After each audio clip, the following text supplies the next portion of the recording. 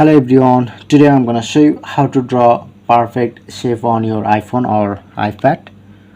So simply at first open photo gallery and select any photo. So I'm just select this photo, click on this option, click on, and showing you two more tools, select on. At first time select color,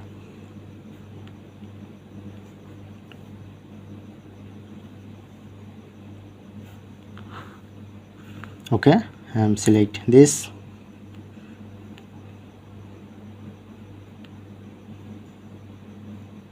and select area,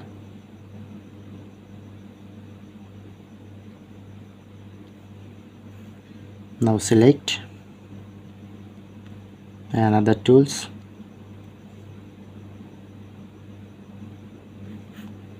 okay,